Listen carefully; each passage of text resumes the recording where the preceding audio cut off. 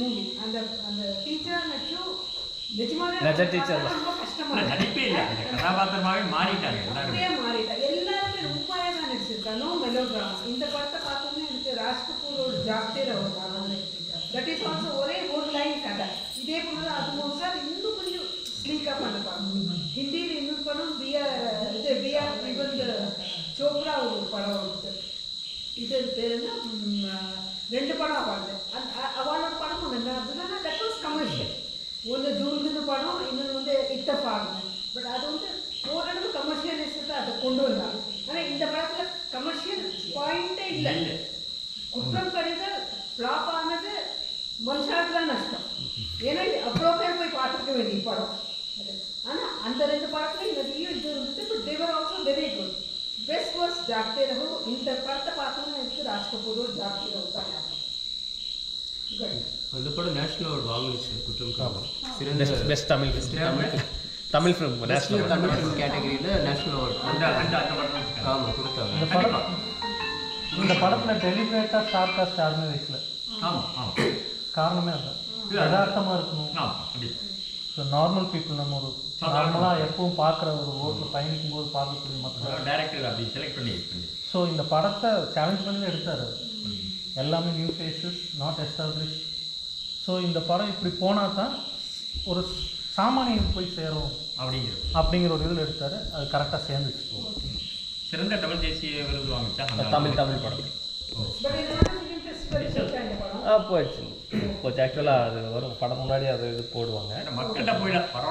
மக்கள் நம்ம உண்மை சொன்னால் தமிழ்நாட்டு மக்கள்கிட்ட அவ்வளோ பெருசாக போகலை, அதான் உண்மை. ஆனால் மற்ற எல்லாத்துலேயும் நல்ல பேர். சாரோட பார்வை ரொம்ப நல்லா இருக்கும். அவர் அந்த பிரித்த விதம் இருக்கு இல்லையா, அதுதான் ஆக்சுவலாக அந்த அந்த அந்த கோருக்காக நம்ம கூப்பிட்டு போகிறதுக்கான வேலை தான் இந்த ஃபிலிம் ஃபெஸ்டிவல். இப்போ அவர் அந்த டிபார்ட்மெண்ட்டாக சொல்கிறார் இல்லையா, நீங்கள் அது பார்க்க இது யாருமே கற்றுக்கிட்டோம் இதெல்லாம் வரல. அதுக்கு வயசும் கிடையாது. அதனால் எப்போ வேணால் நீங்கள் கற்றுக்கலாம், கலையை ரசிக்க ஆரம்பிக்கலாம் தான் நல்லது. சார் முதல்ல பார்ப்போம். அந்த டைப்பில் பார்க்கும்போது நம்மளுக்கு கண்டிப்பாக எல்லா கலையும் அந்த சுவையை நம்ம அனுபவிக்கலாம். கரெக்டாக 2 hours. அதெல்லாம் தட் ஆல்சோ மேட்டர். நீங்கள் நிறைய இந்த கதை நல்லா இருந்தால் கூட ரப்பராக இழுத்து ரசிக்க முடியாமல் போயிடும். ஆனால் கரெக்டாக ஸ்ட்ரீக்காக கொண்டு போயிட்டா எல்லாருமே. குற்றம் கடிதல் பற்றி வேறு ஏதாவது பேசுறீங்க? இதில் ஒரே ஒரு சீன் மட்டும் எனக்கு ரிலேட் பண்ணிக்க முடிஞ்சது. அவங்க அந்த பையனை அடிச்சுட்டு அந்த பிரச்சனை தான் நடக்கும்போது கண்ணாடி பார்த்து அந்த குங்குமத்தை அடிப்பாங்க. ஸோ அது வந்து நம்ம ஏதாவது தப்பு பண்ணோன்னா சுற்றி இருக்கிறதுனால அதனால தான் நடந்துச்சு அப்படிங்கிற ஆட்டிடியூட் வந்து அது எனக்குள்ளே இருந்து அது ஒரு மாதிரி ரொம்ப ரிலேட் ஆச்சு. இதனால ஒரு இது எழுதியிருப்பாங்க. அது என்ன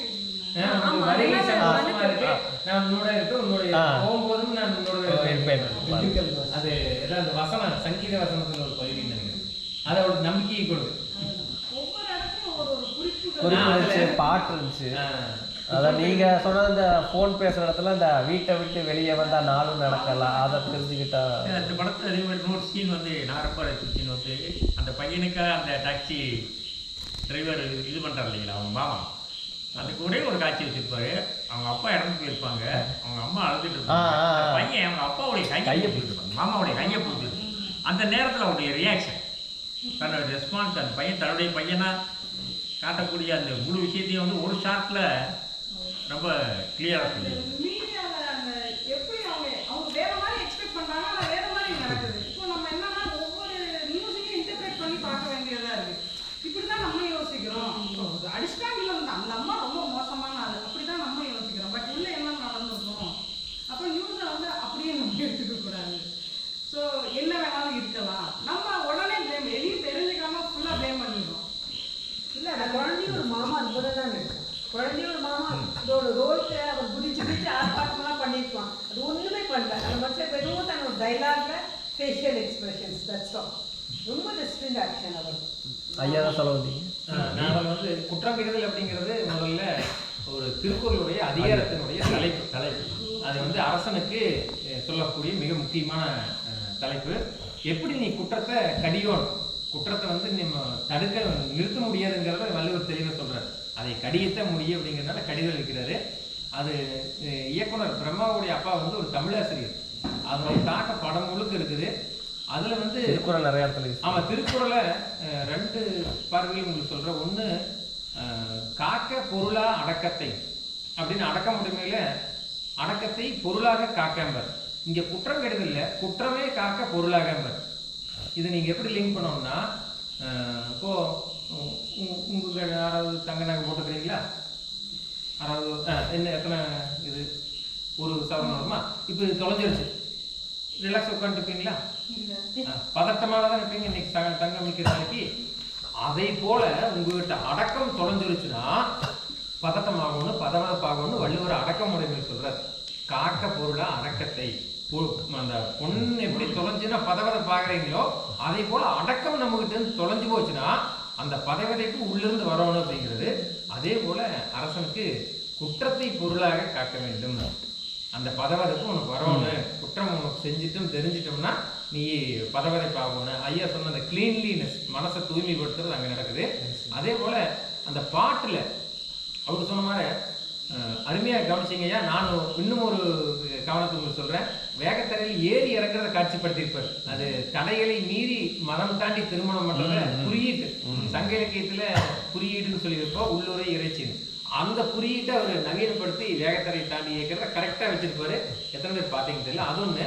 அப்புறம் கண்ணாடியில் சிலுவை தூரத்தில் தெரியும், நான் இது தூரத்தில் தெரியும், அதை க்ளோஸில் இது ஒன்று வேறு அந்த காட்சி.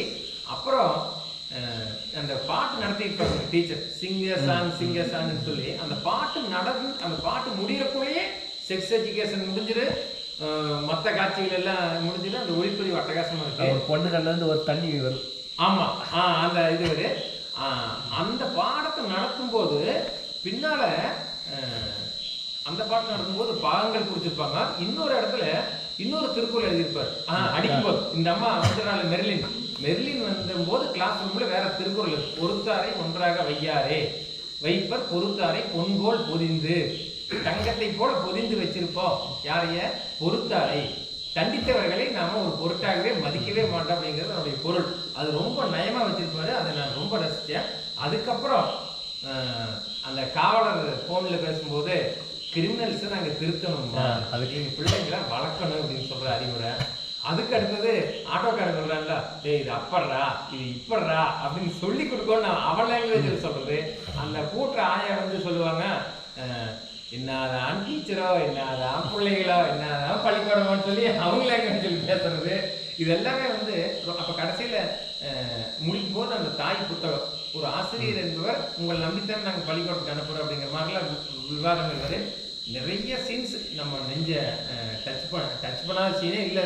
அதனால கடைசியில் ஒரு ஆசிரியர் என்பவர் ஒரு தாயை போல அப்படிங்கிறத குறிப்பில் காமிக்கிற அந்த காட்சிகள் ரொம்ப நிறைவான படம்.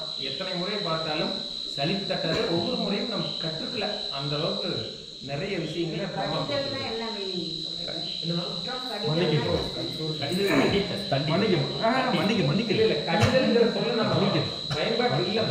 அது எனக்கே தெரியல. குற்றம் மன்னித்தல் தான். குற்றம் கடிதல்ங்கிறது ஃபர்கிவ்னஸ் தான். அது உறுதியாக தெரியும். ஓ சரி, குற்றம் கடிதல், குற்றத்தை மன்னித்தல் அப்படிங்கிறது தான். இந்த பிரம்மா இருந்திருந்தாரு ரொம்ப சந்தோஷப்பட்டிருப்பாரு. தான் கேட்டேன், டைரக்டர் பிரம்மா இங்கே இருந்தாரா சந்தோஷப்பட்டிருப்பாரு. பிரம்மா இல்லை இருந்தாருன்னா இங்கே சந்தோஷப்பட்டிருப்பாரு. பேசாத அதே அளவுக்கு அந்த எடிட்டிங் நிறைய வாத்தியார் இருக்காங்க. எடிட்டிங் பிரபுன்னு நினைக்கிறேன். லெனினுடைய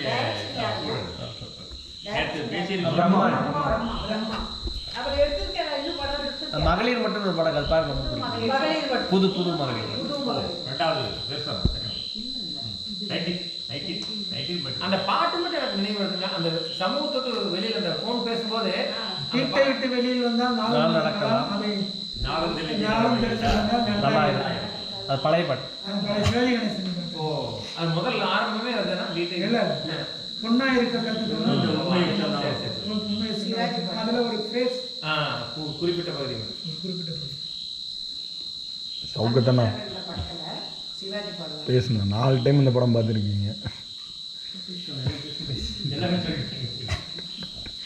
இந்த குற்றம் கடிதல் பற்றி இருந்தால் பேசிட்டு அடுத்த படத்துக்கு போயிடலாமா? இல்லை ஒரே சார் சொன்னாங்க எல்லாரும் நல்லவங்களா இருக்காங்க ஒரு படத்தில் அப்படின்னு. சினிமாவுக்கு மட்டும் இல்லை, பேசிக்காக எல்லா ஆர்ட்டுக்குமே ஒரு ஒரு விஷயம் இருக்குது. யூ ஷுட் ஆஸ்க் ஒய் அப்படின்னு கேட்டிங்கன்னா ஆர்ட் திருப்பி கேட்கும் ஒய் நாட் அப்படின்னு கேட்கும். எப்போவுமே ஆர்ட்டோட பிரின்சிபல் அதுதான். ஒரு நாவலாக இருக்கலாம், படமாக இருக்கலாம், எதுவுமே ஏன் இப்படி இருக்குன்னு கேட்டிங்கன்னா ஆர்ட் ஏன் திருப்பி கேட்கும், ஏன் இப்படி இருக்கக்கூடாதுன்னு கேட்கும். அது ஒரு ஒரு லாஜிக் அது. அதனால் எல்லாருமே நல்லவங்களா இருக்கணும்னா நம்மளோட பேசிக் என்ன தோணும், எல்லாருமே நல்லவங்களா இருக்கணும்னு தான் நம்ம நினைக்கிறோம். இல்லை ஒரே ஒரு விஷயம், இந்த நல்லது கெட்டது அப்படிங்கிறதுக்கு ஒரு சின்ன இல்லை நல்லவங்களா காட்டுறாங்க, அது டைரக்ட் மேலே ஒரு குற்றச்சாட்டை சொல்கிறாங்க. குற்றச்சாட்டை சொல்ல ஒரு கருத்தை சொல்கிறாங்க. ஒரு குழந்தைகளுக்கு கதை சொல்லும்போது ஒரு மாரலான ஸ்டோரி கொண்டு வரதுக்காக சொல்லுவாங்க, அது மாதிரி கொண்டு போயிடலாம். நான் சொல்ல வந்த பாயிண்ட் வேறு. மகாபாரதத்தில் வந்து ஒரு சின்ன நிகழ்ச்சி ஒரு துரோணாச்சாரியர் என்ன சொல்கிறாரு, தர்மரை கூப்பிட்டு அஸ்தினாபுரத்தை போய் நல்லா சுற்றி பார்த்துருப்பாங்க, இன்னைக்கு பார்த்துட்டு வந்து ஒரு நாள் சுற்றி பார்த்துருப்பாங்க, நான் அதுக்கு ஒரே கேள்வி கேட்குறேங்கிறாரு. சுற்றி பார்த்துட்டு வர்றாரு. வந்த உடனே சரி இந்த ஊர் மக்கள்லாம் எப்படி இருக்கிறாங்க அப்படின்னு கேட்குறாரு தர்மர்.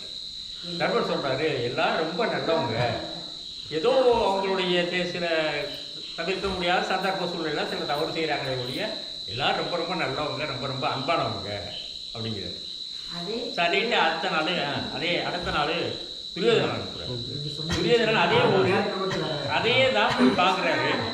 பார்த்துட்டு வந்து என்ன சொல்கிறாரு, இல்லை இந்த ஊரில் எல்லாம் பயங்கர கேவமாகிய அசந்த ஆலய தூக்கி சாப்பிட்றாங்க குருவே, நம்ம ரொம்ப ஜாக்கிரதையாக இருக்கணும். ஆக நீங்கள் பார்க்கக்கூடிய கோணத்தையும் உங்களுடைய எண்ணங்களையும் உங்களுடைய இயல்பையும் பிரதிபலிக்கிறதா. நான் சினிமா பாயிண்ட் சொல்கிறேன். சினிமாவுக்கு